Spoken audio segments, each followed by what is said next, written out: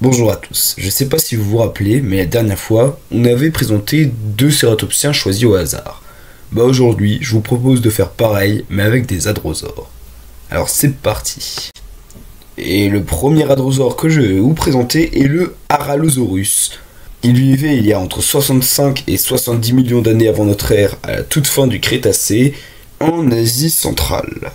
D'ailleurs, ce dernier fait est assez intéressant puisque la plupart des grands hadrosaures vivaient en Amérique du Nord, comme c'est le cas par exemple du Parasaurolophus, du Corythosaure, du Maiasaura, du Gryposaure et encore de nombreux autres.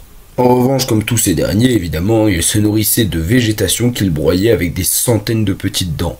De taille moyenne, ils mesuraient de 6 à 8 mètres et possédaient une crête en forme de petite corne juste devant ses yeux.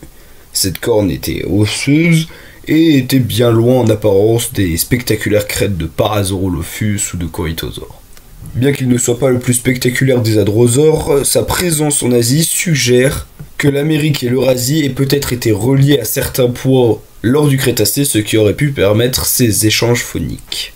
D'ailleurs, un autre hadrosaure qui s'est retrouvé en Asie, c'est le Tsintaosaurus, notre deuxième hadrosaure. Tsintaosaurus vécut entre 72 et 66 millions d'années avant notre ère, en Chine, et avec ses 10 mètres de long, il était bien plus corpulent que l'Haralosaurus.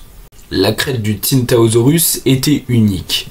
Elle était fine, pointue, dressée vers l'avant. D'ailleurs, elle lui a donné le surnom amusant de dinosaure licorne. À la manière du Parasaurolophus, cette corne faisait partie de son système respiratoire et lui permettait de faire des sons graves pour la communication, pour se reconnaître entre individus et également pour la séduction. Et voilà, c'est la fin de cette vidéo, j'espère qu'elle vous aura plu, et moi je vous dis à la prochaine.